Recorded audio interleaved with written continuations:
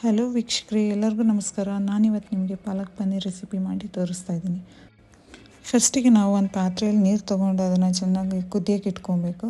Full boil ಆಗ್ತಾಯಿದೆ ನೋಡಿ. Boil ಆದಮೇಲೆ ಅದಕ್ಕೆ ನಾನು ಕ್ಲೀನ್ ಮಾಡಿ ವಾಶ್ ಮಾಡಿರೋವಂಥ ಒಂದು ಕಂತೆ ಪಾಲಕನ್ನು ಹಾಕ್ಕೊತಾ ಇದ್ದೀನಿ. ಅದನ್ನು ಹಾಕ್ಬಿಟ್ಟು ಫುಲ್ಲು ಚೆನ್ನಾಗಿ ಬಾಯ್ಲ್ ಮಾಡೋಕ್ಕೆ ಬಿಡಬೇಕು. 1-3 ಮಿನಿಟ್ಸ್, ಜಾಸ್ತಿ ಹೊತ್ತು ಬಾಯ್ಲ್ ಮಾಡೋದು. ಇದನ್ನು ಬ್ಲ್ಯಾಂಚಿಂಗ್ ಅಂತಾರೆ ನೋಡಿ. ಇದು ಬಾಯ್ಲ್ ಆಗೋಕ್ಕೆ ಸ್ಟಾರ್ಟ್ ಆಗಿದೆ. ಇವಾಗ 1-3 ಮಿನಿಟ್ಸ್ ಆಯಿತು. ನಾನು ಇದನ್ನು ಒಂದು ಜಾಲರಿಗೆ ತೆಕ್ಕೊತಾ ಇದ್ದೀನಿ.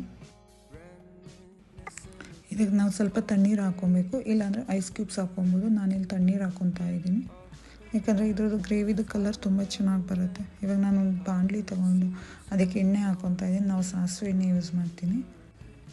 ಎಣ್ಣೆ ಸ್ವಲ್ಪ ಕಾಯಕ್ಕೆ ಬಿಡಬೇಕು. ಎಣ್ಣೆ ಕಾಯ್ದಿದೆ ನೋಡಿ. 1 ಟೇಬಲ್ ಸ್ಪೂನ್ ಆಗೋವಷ್ಟು ಜೀರಿಗೆ ಹಾಕ್ಕೊತಾ ಇದ್ದೀನಿ. ಈ ಜೀರಿಗೆನ ಸ್ವಲ್ಪ ಸಿಡಿಯೋಕ್ಕೆ ಬಿಡಬೇಕು ನೋಡಿ. ಜೀರಿಗೆ ಸಿಡಿತಾ ಇದೆ. ಇದಕ್ಕೆ ನಾನು ಒಂದು ಹಸಿರು ಮೆಣಸಿನ್ಕಾಯಿ ಹಾಕ್ಕೊತಾ ಇದ್ದೀನಿ. ಒಂದು 5 ಗೋಡಂಬಿ ಹಾಕ್ಕೊತಾ ಇದ್ದೀನಿ, ಯಾಕಂದರೆ ಗ್ರೇವಿ ತುಂಬ ಚೆನ್ನಾಗಿ ಬರುತ್ತೆ ಗೋಡಂಬಿ ಹಾಕ್ಕೊಂಡ್ರೆ. ಗೋಡಂಬಿ ಇಲ್ಲ ಕಾಯಿ ಯೂಸ್ ಮಾಡ್ಬೋದು. ಮತ್ತು ಒಂದು 5 ಎಳ್ಕೋಷ್ಟು ಬೆಳ್ಳುಳ್ಳಿ ಹಾಕ್ಕೊತಾ ಇದ್ದೀನಿ. ಒಂದು ಅರ್ಧ ಇಂಚು ಶುಂಠಿ. ಇವಾಗ ಇದನ್ನು ಒಂದು ಸ್ವಲ್ಪ ಫ್ರೈ ಮಾಡ್ಕೊಳ್ಳಿ. ಇದು ಒಂಚೂರು ಫ್ರೈ ಆದಮೇಲೆ ಇದಕ್ಕೆ ಒಂದು ಈರುಳ್ಳಿ ಕಟ್ ಮಾಡಿ ಇಟ್ಕೊಂಡಿದ್ದೆ, ಅದನ್ನು ಹಾಕ್ಕೊತಾ ಇದ್ದೀನಿ. ಈರುಳ್ಳಿನ ಒಂದು ಸ್ವಲ್ಪ ಫ್ರೈ ಮಾಡ್ಕೊಬೇಕು.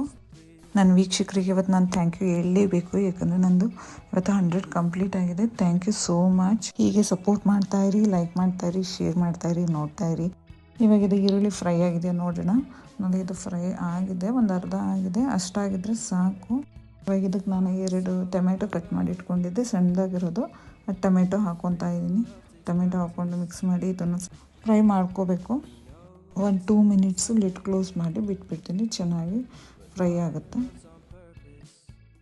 ಮಧ್ಯದಲ್ಲಿ ಒಂದು ಸ್ವಲ್ಪ ತಿರುಗಿಸ್ಕೊತಾ ಇರಬೇಕು, ಎಲ್ಲ ಕಡೆ ಈವನ್ನಾಗಿ ಫ್ರೈ ಆಗಲಿ ಅಂದ್ಬಿಟ್ಟು. ನಾನು ಇದನ್ನು ಲೋ ಫ್ಲೇಮಲ್ಲೇ ಮಾಡ್ತಾಯಿದ್ದೀನಿ.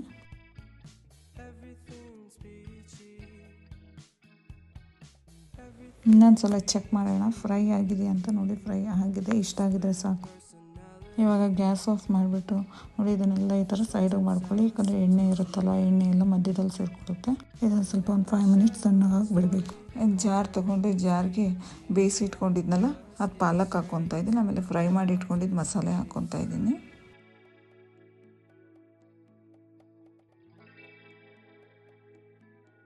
ಫುಲ್ ಎಲ್ಲ ಮಸಾಲೆ ಹಾಕ್ಕೊಂಡು ಇದನ್ನು ಗ್ರೈಂಡ್ ಮಾಡ್ಕೊತೀನಿ.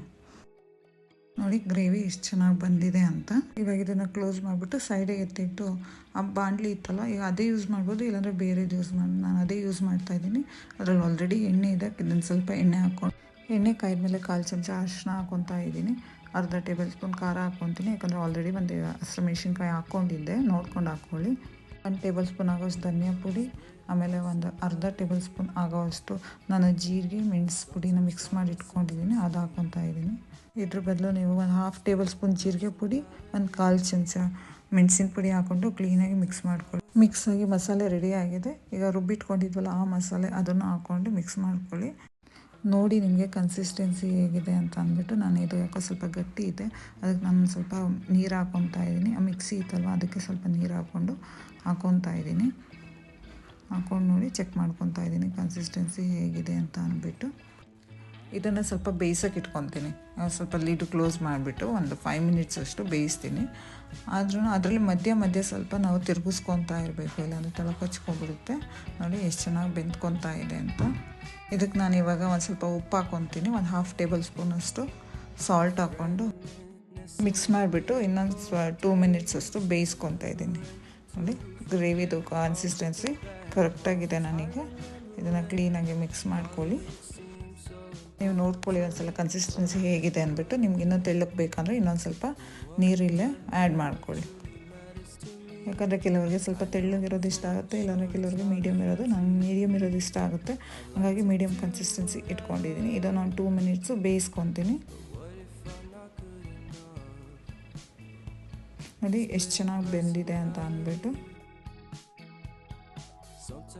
ಇವಾಗ ಇದನ್ನು ಕ್ಲೀನಾಗಿ ಮಿಕ್ಸ್ ಮಾಡ್ಕೊಳ್ಳಿ, ಯಾಕಂದರೆ ಇವಾಗ ನಾವು ನೆಕ್ಸ್ಟು ಪನ್ನೀರನ್ನ ಆ್ಯಡ್ ಮಾಡಬೇಕು. ಅದಕ್ಕೇ ಇವಾಗ ಫುಲ್ಲು ಕ್ಲೀನಾಗಿ ಮಿಕ್ಸ್ ಮಾಡಿಕೊಂಡು, ನಾನು 250 ಗ್ರಾಮ್ ಪನ್ನೀರ್ ತೊಗೊಂಡಿದ್ದೀನಿ. ಅದನ್ನು ಮೀಡಿಯಮ್ ಕ್ಯೂಬ್ಸಲ್ಲಿ ಕಟ್ ಮಾಡ್ಕೊಂಡಿದ್ದೀನಿ, ಅದನ್ನು ಹಾಕ್ಕೊತಾ ಇದ್ದೀನಿ.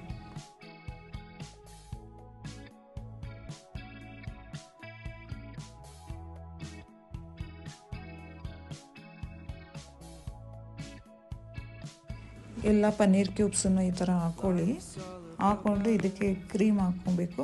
ನಾನು ಕ್ರೀಮ್ ಹಾಕ್ಕೊತಾ ಇಲ್ಲ, ಇದಕ್ಕೆ ಕೆನೆ ಹಾಕ್ಕೊತಾ ಇದ್ದೀನಿ. ನೋಡಿ, ಕೆನೆ ಹಾಕ್ಕೊಂಡು 1-2 ಮಿನಿಟ್ಸ್ ಲಿಡ್ ಕ್ಲೋಸ್ ಮಾಡ್ಕೊಳ್ಳಿ.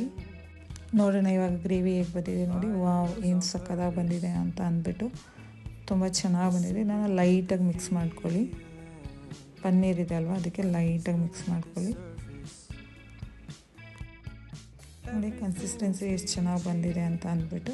ಮತ್ತು ಪನ್ನೀರ್ಗೂ ಸ್ವಲ್ಪ ಖಾರ ಮಸಾಲೆ ಎಲ್ಲ ಹತ್ತಿದೆ. ಇವಾಗ ಗ್ಯಾಸ್ ಆಫ್ ಮಾಡಿಬಿಟ್ಟು ನೀರು ಕ್ಲೋಸ್ ಮಾಡಿ ಸ್ವಲ್ಪ ಹೊತ್ತು ಸೈಡಲ್ಲಿ ಇಡ್ತೀನಿ. ನಾನು ಸರ್ವಿಗೆ ಕಡಾಯಿ ತೊಗೊಂಡಿದ್ದೀನಿ ನೋಡಿ, ಚಿಕ್ಕದಾಗಿರೋದು. ಅದಕ್ಕೆ ಸರ್ವ್ ಮಾಡ್ಕೊತಾ ಇದ್ದೀನಿ. ಫುಲ್ಲೆಲ್ಲ ಗ್ರೇವಿ ಎಲ್ಲ ಹಾಕ್ಕೊತಾ ಇದ್ದೀನಿ. ಅದಕ್ಕೆ ಪನ್ನೀರ್ ವಿತ್ ಗ್ರೇವಿ ಇದು ನೋಡ್ತಾ ಇದ್ದೀನಿ, ತಿನ್ನಬೇಕು ಅಂತ ಅನ್ನಿಸ್ತಾ ಇದೆ. ತುಂಬ ಚೆನ್ನಾಗಿ ಬಂದಿದೆ. ಇದನ್ನು ಸ್ವಲ್ಪ ನಾನು ಡೆಕೋರೇಟ್ ಮಾಡ್ಕೊತೀನಿ. ಇದಕ್ಕೆ 1 ಟೇಬಲ್ ಸ್ಪೂನ್ ಆಗೋಷ್ಟು ಮಲೈ ಹಾಕ್ಕೊತಾ ಇದ್ದೀನಿ. ಮಲೈ ಅಂದರೆ ಹಾಲಿನ ಕೆನೆ, ಇಲ್ಲಾಂದರೆ ಕ್ರೀಮು ಹಾಕ್ಕೊಬೋದು. ನಿಮ್ಮ ಹತ್ರ ಏನಿರುತ್ತೋ ಅದು ಹಾಕ್ಕೊಳ್ಳಿ. ನಾನೊಂದು ಸ್ವಲ್ಪ ಪನ್ನೀರ್ ಕ್ಯೂಬ್ಸ್ನ ಗ್ರೇಟ್ ಮಾಡಿ ಇಟ್ಕೊಂಡಿದ್ದೆ, ಅದನ್ನು ಡೆಕೋರೇಟ್ ಮಾಡ್ಕೊತಾ ಇದ್ದೀನಿ. ನೋಡಿ, ಮೇಲೆ ಹಾಕ್ಕೊಂಡ್ರೆ ತುಂಬ ಚೆನ್ನಾಗಿರುತ್ತೆ ಟೇಸ್ಟ್. ನೋಡಿ ಎಷ್ಟು ಚೆನ್ನಾಗಿ ಕಾಣಿಸ್ತಾ ಇದೆ ಅಂತ ಅಂದ್ಬಿಟ್ಟು.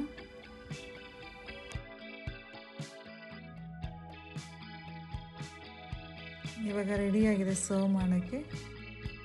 ಇದನ್ನು ನೀವು ಪರೋಟ ಜೊತೆ ಎಲ್ಲ ಚಪಾತಿ ಜೊತೆ ಎಂಜಾಯ್ ಮಾಡ್ಬೋದು. ತುಂಬ ಚೆನ್ನಾಗಿರುತ್ತೆ. ನೀವು ಒಂದ್ಸಲ ಟ್ರೈ ಮಾಡಿ ಹೇಳಿ ಹೇಗಿತ್ತು ರೆಸಿಪಿ ಅಂತ ಹೇಳಿಬಿಟ್ಟು. Thank you so much. ನೀವು ಇಲ್ಲಿವರೆಗೂ ನೋಡಿದ್ದಕ್ಕೆ. ಹೀಗೆ ಲೈಕ್ ಮಾಡ್ತಾಯಿರಿ, ಶೇರ್ ಮಾಡ್ತಾಯಿರಿ, ಸಬ್ಸ್ಕ್ರೈಬ್ ಮಾಡ್ತಾಯಿರಿ. Thank you. ಸಪೋರ್ಟ್ ಮಾಡ್ತಾಯಿರಿ. ನಿಮ್ಮ ಸಪೋರ್ಟ್ ಯಾವಾಗಲೂ ಬೇಕು ನನಗೆ.